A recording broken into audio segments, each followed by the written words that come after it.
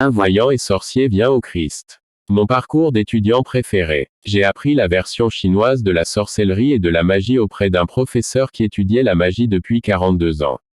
J'ai également appris à faire des lectures Okyuan et à utiliser le sort Lun Combo. Lorsqu'un pratiquant persiste à réciter le sort Lun Combo, il peut disparaître dans les airs. Il peut également réduire la pluie. Mon professeur peut aider les personnes qui ont été affectées par des sorts de sorcellerie lancés par d'autres. Mon professeur m'a transmis 90% de ses connaissances et je n'avais plus qu'un peu à apprendre après avoir étudié avec lui pendant 7 ans et demi. J'étais son élève préféré, mais ce que je recherchais, ce n'est pas la richesse mais la force. Durant mes études à l'école de sorcellerie, j'ai souvent aidé à réparer des voitures et des motos. Cela a fait de moi l'enfant en or de mon professeur. Ainsi, lorsque j'étudiais la magie, j'étais toujours sur mes gardes et on me donnait les meilleures lectures en matière de magie et de sorts. J'ai également dû adorer 28 statues sur une épée tapis rouge. J'adorais ces statues miniatures et chacune d'elles avait une lecture. Au cours de la 5e année, mes yeux spirituels se sont ouverts, me permettant d'avoir toutes sortes de visions. J'ai étudié à Banton, Java Est, Java Ouest et Java Central. À la fin de la formation, j'ai eu accès à la dimension du Tian et Sun qui est l'équivalence démoniaque du roi des rois. J'ai dû étudier pendant 40 jours et manger uniquement de la nourriture végétarienne pour dynamiser mon âme une fois par jour. Étant fine, je n'avais pas le droit de parler pendant que j'apprenais cette magie jusqu'à ce que j'obtienne mon diplôme. J'ai eu de grandes visions grâce à cette formation. Par exemple, je pourrais voir l'argent qu'une personne transporte dans sa chemise. En voyant la bonne aventure, j'ai appris à parler aux esprits des autres. Comment? Les humains ont des esprits. Quand quelqu'un vient me demander la bonne aventure, je lui dis de se taire parce que je veux prier.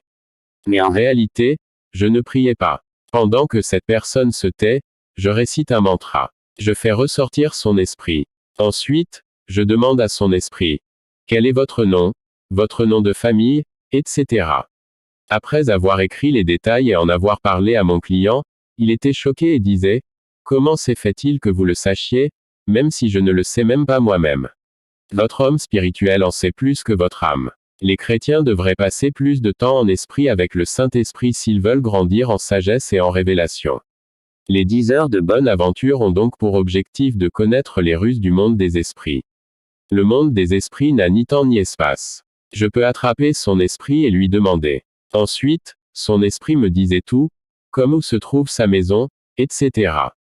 Les gens m'appelaient un grand 10 heures de bonne aventure. Ils croyaient et avaient confiance en moi en tant que voyant, car tout ce que je disais à leur sujet était vrai même si je ne les connaissais pas auparavant. Les connaissances que j'utilise ne sont qu'une astuce. Si je prédis le sort de quelqu'un, je n'utilise ni encens ni incantation. Je demande juste sa date et son année de naissance. À partir des chiffres de la date de naissance, je fais les calculs et je prédis le sort de la personne. Je n'utilise pas de sort ni d'encens. Il fut un temps où j'étais appelé à améliorer la fortune d'une personne. Si la tombe d'une personne décédée était déplacée vers un meilleur endroit, la famille pense que cela porterait plus de chance. Puis j'ai réfléchi à une question qui m'a laissé perplexe. J'ai demandé à mon professeur, si je choisis un jour pour le déménagement et qu'il y a un accident d'avion ce jour-là, est-ce considéré comme un jour de malchance pour le déménagement? Mon professeur a dit, moi non plus, je ne sais pas. Ce sont les Chinois qui ont le plus peur des jours de malchance lorsqu'il s'agit de déplacer des tombes. Une femme m'a demandé un jour de trouver un meilleur emplacement pour la tombe de son mari. J'ai fait la lecture de sa fortune et j'ai vu sa tombe dans une vision. Je me suis dit, quel dommage. Elle a 8 enfants et elle va bientôt mourir. Plus tard, quelqu'un n'aura pas de chance après le déplacement de la tombe du mari. Pour préparer sa mort, je lui ai dit d'appeler tous ses enfants de l'étranger pour qu'ils se rentrent à la maison. Comme toute la famille avait peur de la malchance, ils rentrèrent tous à la maison. Ensuite, nous avons cherché une bonne journée. Ils se rassemblaient non seulement pour déplacer la tombe du père, mais aussi pour enterrer leur mère plus tard. Si vous croyez aux 10 heures de bonne aventure, alors vous avez donné votre vie à Satan. Je prédis les matchs de footballiers ne jouent pas sur les matchs de football.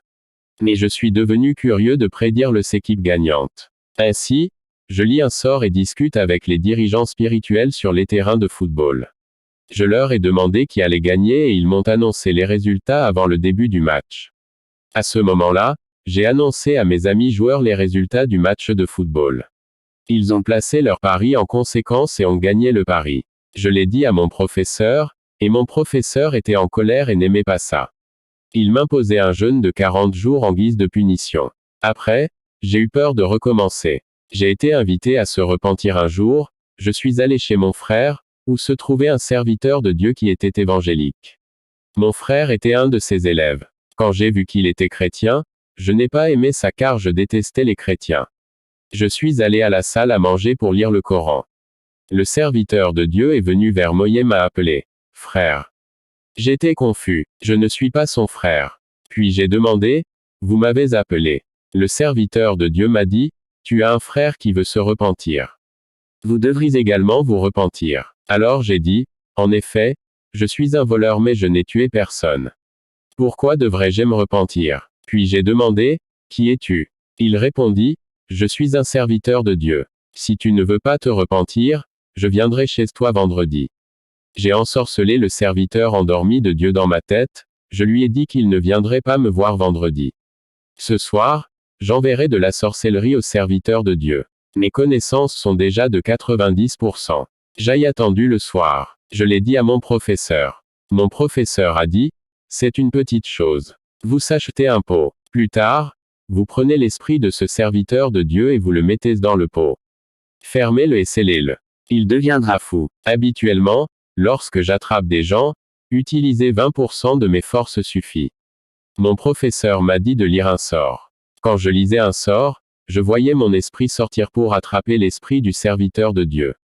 Cependant, tout à coup, mon esprit est revenu. Je me demandais si les chrétiens possédaient eux aussi une téléconnaissance mystique.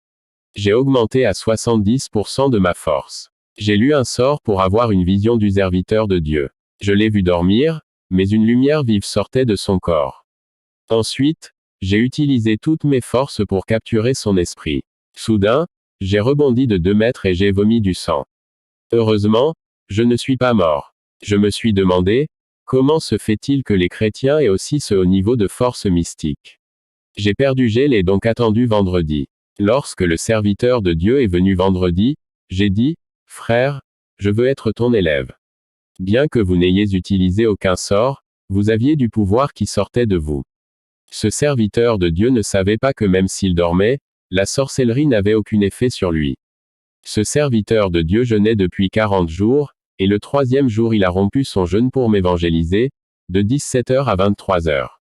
Puis j'ai demandé, qui est votre professeur? Il a dit, Jésus. J'ai dit, mon frère est chrétien, mais Jésus n'est que dans la Bible.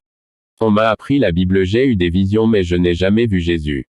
Ce serviteur de Dieu a continué à évangéliser. J'ai eu sommeil et j'ai eu faim parce que je n'avais pas mangé. Je n'ai pas osé exercer mes pouvoirs occultes sur lui comme je l'avais perdu lors de la rencontre précédente.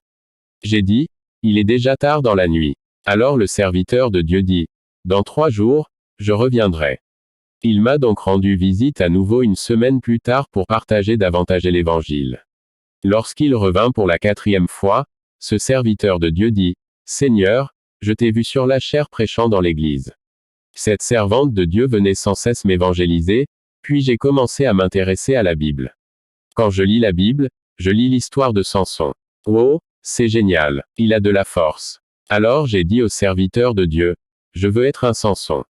Il a répondu, ne devenez pas aveugle plus tard. Quand j'ai continué à lire la Bible, j'ai vu que Jésus était un faiseur de miracles, capable de marcher sur l'eau, les morts étaient ressuscités, wow, mes pouvoirs mystiques ne pouvaient pas faire les choses qu'il faisait. J'ai demandé au serviteur de Dieu, puis il m'a expliqué la puissance du Seigneur Jésus. On m'a prié pour ensuite, j'ai demandé au pasteur, si vous voulez accepter le Seigneur Jésus, combien de temps devez-vous jeûner? Oh non, vous pouvez simplement accepter Jésus maintenant. Si vous acceptez le Seigneur Jésus, vous recevrez le pouvoir d'être un enfant de Dieu. Wow, être un enfant de Dieu. C'est vrai monsieur, lisez ce verset dans Jean 1h12, mais à tous ceux qui l'ont reçu, il a donné le droit d'être enfant de Dieu. Ensuite, j'ai prié avec le serviteur de Dieu, acceptant le Seigneur Jésus comme mon Seigneur et Sauveur. Puis il a posé ses mains sur ma tête et a dit, au nom du Seigneur Jésus, toute puissance des ténèbres, tous esprits de mort, Sortez au nom du Seigneur Jésus. J'ai commencé à manifester des démons et après 7 minutes de délivrance, j'ai ressenti la paix dans mon cœur. Puis j'ai recommencé à étudier la Bible. Mon professeur de sorcellerie est devenu en colère et malade PLUSTARD. J'ai dit à mes camarades étudiants en sorcellerie, il y a un grand pasteur chrétien. Son pouvoir et ses connaissances sont grands et mes connaissances en sorcellerie ne pouvaient pas fonctionner sur lui.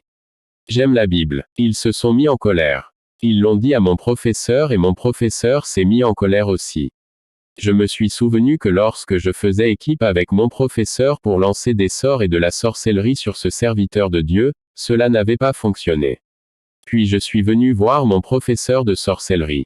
Il a dit, vous êtes devenu chrétien. Il y a 2 options pour vous. Soit vous devenez chrétien, soit vous rejoignez cette sorcellerie. Je savais que ce que je cherchais n'était pas la richesse mais la force, alors j'ai dit, j'ai rejoint le christianisme. À partir de ce moment-là, j'ai quitté l'école de sorcellerie. Mon professeur de sorcellerie était en colère et il blasphémait toujours le Seigneur Jésus. À cause de cela, mon professeur a fini par être malade. Plus tard, il est tombé dans le coma pendant 2 mois, puis il est décédé. Puis quelqu'un a envoyé un génie pour m'attaquer. J'ai commencé à lire un mantra pour riposter, mais il n'y avait aucun pouvoir dedans. Puis je me suis souvenu de ce que le serviteur de Dieu avait dit, si vous voulez chasser un démon, utilisez le nom de Jésus.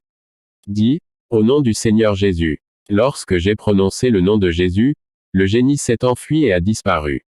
À partir de cet incident, je suis devenu de plus en plus convaincu de suivre le Seigneur Jésus.